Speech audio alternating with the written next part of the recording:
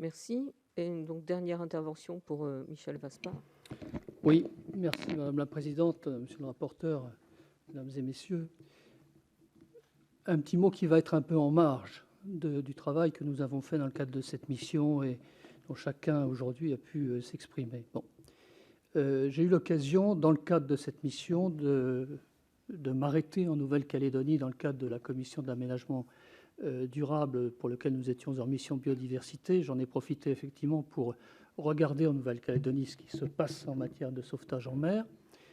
Et je dois dire qu'on a été plutôt agréablement surpris puisque la SNSM est présente en Nouvelle-Calédonie et il y a un canot qui a 18 mois, des bénévoles qui fonctionnent bien, qui sont un peu, bien entendu, assez éloignés du siège de la SNSM et qui sont bien obligés de se débrouiller quand il y a des réparations, quand il y a tout un tas de sujets d'entretien aussi. Et je me suis arrêté aussi en Polynésie française. Alors là, c'est un autre sujet. C'est vraiment un autre sujet. Je dois vous dire, pour être marin moi-même, que j'ai eu honte, je dis bien honte, de voir le canot de sauvetage aux Marquises et de voir le canot de sauvetage à Papeete. C'est à peu près la même population que la Nouvelle-Calédonie, sauf que les îles sont beaucoup plus éparses et éloignées entre elles. La SNSM n'est pas présente. Il y a donc une société qui s'est constituée en Polynésie, une société de sauvetage qui s'est constituée en Polynésie avec une fédération d'associations. Et les associations, évidemment, localement, se sont constituées. Et les maires m'ont dit très clairement, et notamment le maire d'Ivaoa, nous ne voulons pas envoyer des dons à une structure nationale sans savoir comment ça va nous être restitué. Donc nous faisons une fédération d'associations et des associations. Et lorsqu'on verse une subvention, on la verse à l'association locale, qui rendrait bien sûr des comptes à la fédération.